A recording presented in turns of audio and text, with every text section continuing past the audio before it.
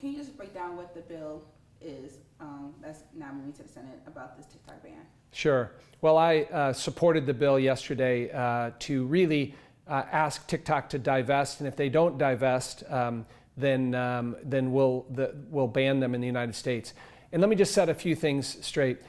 Make no mistake about it, ByteDance, which is the subsidiary of TikTok, is owned by the CCP, the Communist Chinese Party. And when we look at the amount of young people that are on TikTok, about 45% of Americans now get their news from TikTok. And having them tied to the Communist Chinese Party, we believe is a national security threat. I also serve on the House Intelligence Committee. I serve on our Select Committee on China. And so there's a lot of concern about this. The vote yesterday, overwhelmingly bipartisan, I think reflects that. But we give TikTok an option. Over the next 90 days, once this becomes law, they will have to divest and be wholly owned by a non-CCP entity. That could be a US entity or another one. To put this in comparison, this would be like Google being run by the Russians or Instagram being run by Iran. We would not want an adversary doing that. And so this is a national security issue. And when you think about the disinformation and misinformation and manipulation of the internet, we do not want the CCP doing that through TikTok. Gotcha. Because ultimately a lot of the users, the demographic of the users are very impressionable. They are. This is really digital fentanyl for young people.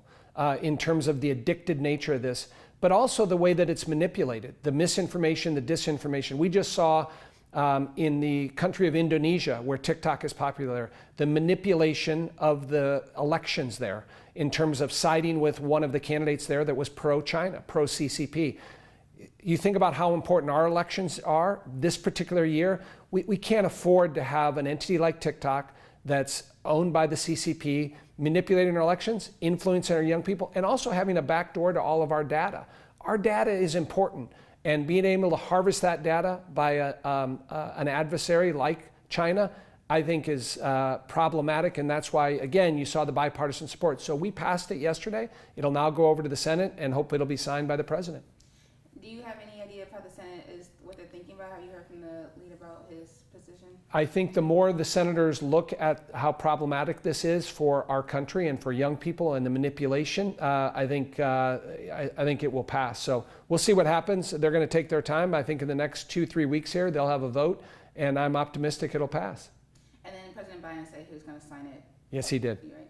So China, I thought I saw somewhere that they have 20% ownership. Is that right? Yeah, so ByteDance is owned 25% by the CCP, the Communist Chinese Party. But what that allows them to do is have a backdoor to any information. Anything that they don't like that gets put on there, or something they want to put on there, they have final decision on that. Again, that's problematic that you have a foreign adversary that is dictating public policy through TikTok. You can't have that in our society, in my view, and so this is the step that we need to take to do this, unfortunately.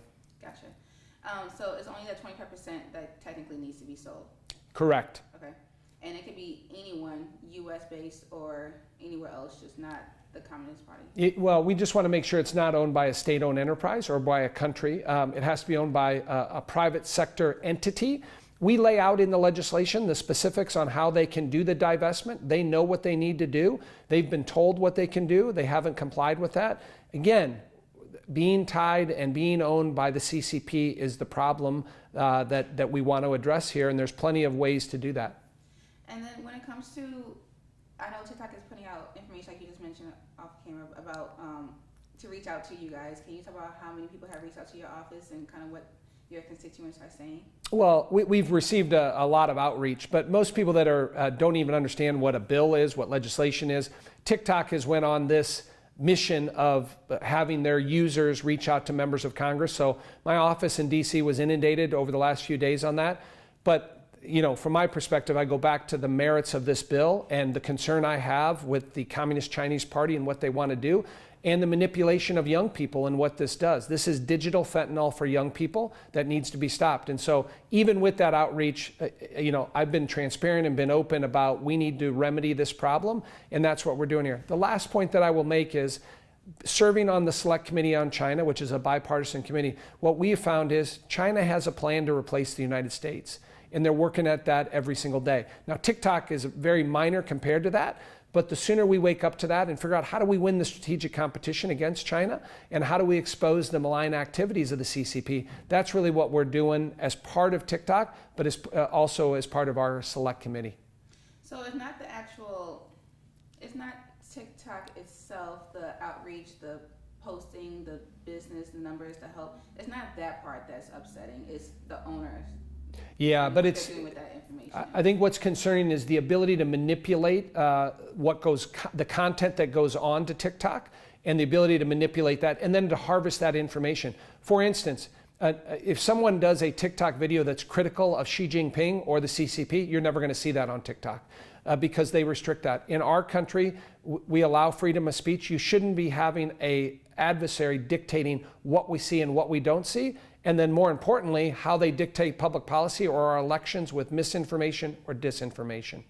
Gotcha. Okay, that kind of works for me. Okay. Anything else you wanted to say or mention about it? I don't think so. I think we covered it. I got a question. How did you guys all come into agreement on this? Like, I feel like you guys are always so divided. Yeah. Here.